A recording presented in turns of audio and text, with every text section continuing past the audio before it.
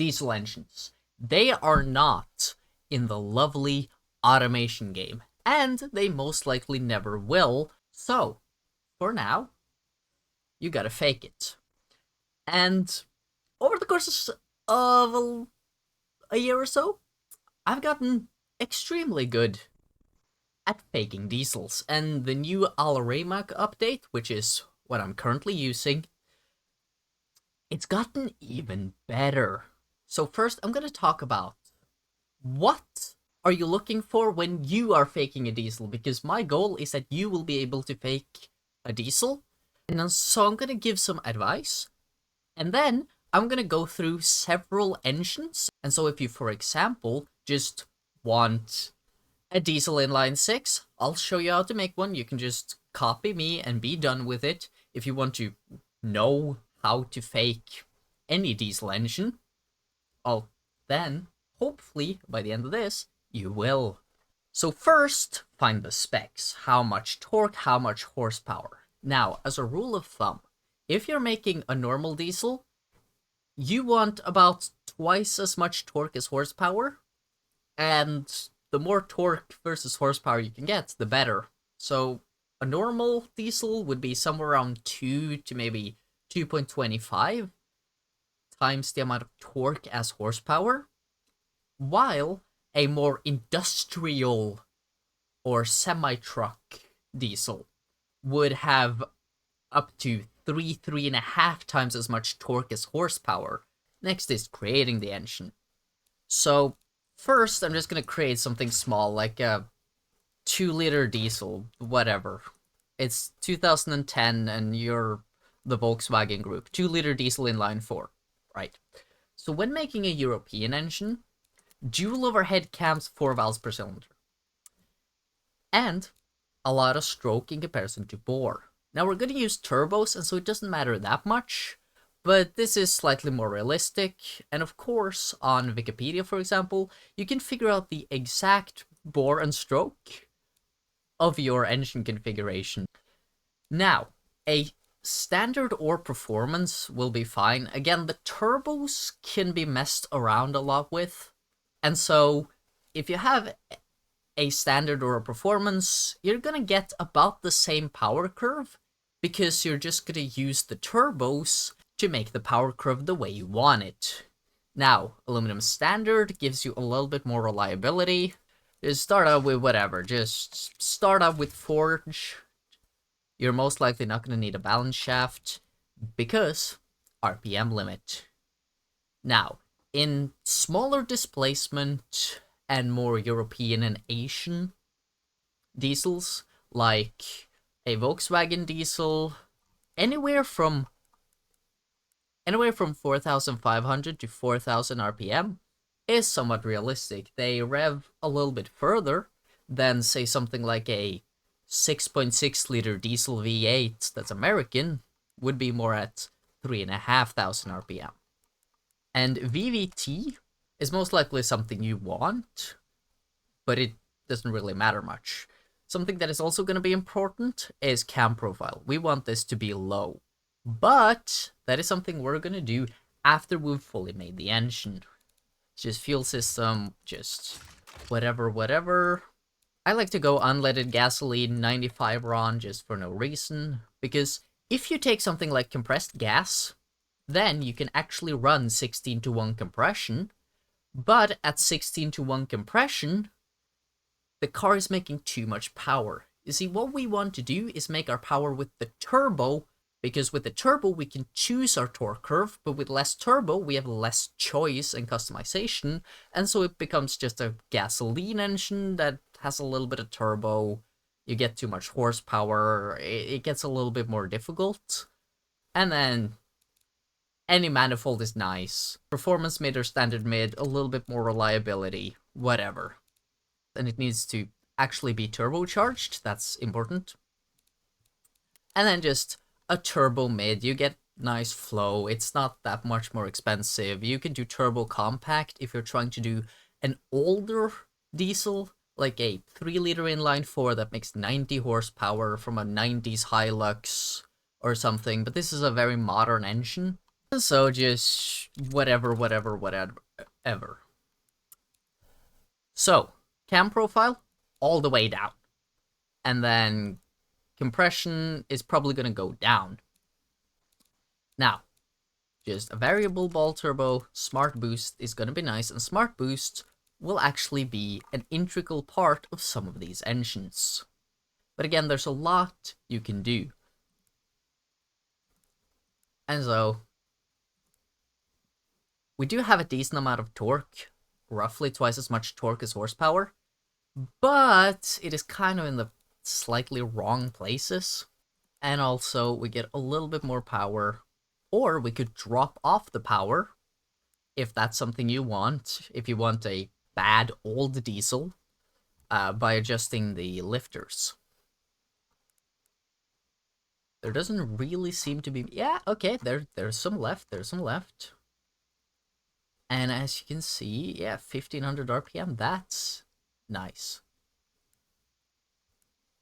And what we can do, you see, as you mess with the turbos, you start getting this, the horsepower goes down and then up again towards the end. We're gonna fix that. You see, that is a disgusting torque curve. It is wacky, it is awful. Our reliability, not bad. But that we're gonna fix with boost by RPM. Now, you can mess around with these to make a prettier torque curve. I mess around with the boost values as opposed to the RPM values. So what we're gonna do is take away boost at the end, and so it makes 160 horsepower. And then we're gonna add boost earlier in the torque curve, so that we now make a lot of torque. A lot of torque. And so now, we are getting our torque earlier, like a good diesel. Yes, technically the peak is at 2100 RPM again, but we have basically the same amount at 1600 RPM. And we have way more torque than horsepower. Now, you could maybe push this a little bit further, but then there's a better thing to do that I am going to show by making a slightly different engine. So let's say that you want a big diesel V8, 4 liter. No. We need 6 liters, 6.6, because Americans. Our crank is cranky. You're probably gonna have to go. Yeah, billet steel heavy. This is where things get really extreme. You see, what we're aiming for is 500 horsepower and 1,500 newton meters of torque. And also, things stop dying when we adjust the RPM limit down. And then we can also ease up the springs and lifters. Is it knocking? With compression, you can not only make this pass emissions, but you can also fine-tune the amount of horsepower. What you want to do is go compound turbo. 1 pair. Smart boost, variable balls. We have too much horsepower, but don't worry. We're gonna lower the horsepower. Oh, jeez. And then you want both of them to have boost by RPM. But hold that thought a little bit. We wanna adjust our inducer size, because the turbine quickly ends up exploding. Remember, enough intercooler. And then what we can do is we can change the amount of boost here. And so we need 500 horsepower. Let's just pretend that this is a high output power stroke or something. So you get 500 horsepower. And so 500 horsepower. And now, because of the relationship between torque and RPM, as you can see, flat horsepower means that the torque goes down. There's not much to do about that. You're physically unable to have more torque than this at this RPM and have this amount of horsepower. And then you can add torque here in the earlier parts of the rev range. And so now we have 1500 newton meters of torque. Now, a compound turbo setup is not realistic. But then again, we are forcing the engine to become a diesel. We are forcefully making this a diesel. And so it's either this or nothing at all. With a normal turbocharger, you're not going to be able to do this. you need compound turbos. I'm going to show off some builds that I've already done. Here are some engines. So here we have a modern Toyota diesel engine that is commonly found in the Hilux, but you can probably find it other places too. And the way that I've tuned it right now, it should pass WES 11. Did anybody say unreasonable 4.4 liter diesel with compound turbos? 900 Newton meters of torque and only 386 horsepower. I'm almost impressed with myself. Now, if you're going for a much older 80s or 90s 4-cylinder truck engine, here is the diesel for you. It is barely not naturally aspirated, and I do believe that if you just took away the turbo, it would work as a naturally aspirated diesel if that is something you want. Now here's a Range Rover 4.4 liter diesel that produces the exact amount of torque that a Range Rover with this diesel does produce. It probably produces them at a little bit different places and with a much better torque curve, but there you have it. So with this V8, I have actually downbored it so that I could get a ridiculous stroke in comparison to bore, which is why it's so large initially. And so it's a highly tuned V8 diesel. It's a 6.6 liter, so very American. This was also created before boost by RPM was a thing, and so messing around with that will make an even better torque curve. Speaking of which, here we have the exact same engine, except boost by RPM. Yeah, maybe, just maybe, I pushed this one a tiny bit too much. And so if you want 2000 Newton meters of torque and 600 horsepower in your diesel, here you go.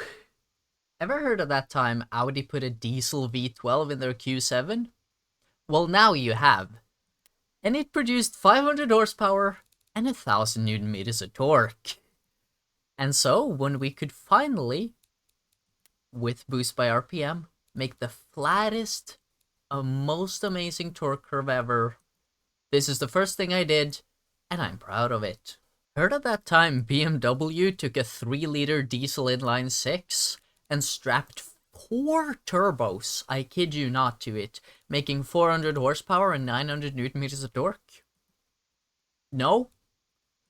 Well, now you have. Oh, damn, the 50Ds are... oh, that's insane, I want one. And yes, if you were to take the BMW inline 6 and double it to make it a 6-liter V12, you would get 800 horsepower and 1800 Newton meters of torque, because, you know, twice the amount of power. But like, it doesn't really enjoy it, and so that was it. You now know how to not only copy my, but also create your own diesel engines. Comment down below any diesel engines you would like to see, and maybe, instead of being lazy, I will try to make them as accurate as possible and make a video where I show them off. This is the part where I remind myself that I have... okay, so, 1,295 plus a couple... oh god. I'm at probably 15 or 1600 engines. Okay, comment down below what engines you want to see, and then I'm gonna reconsider my life choices. Like and subscribe.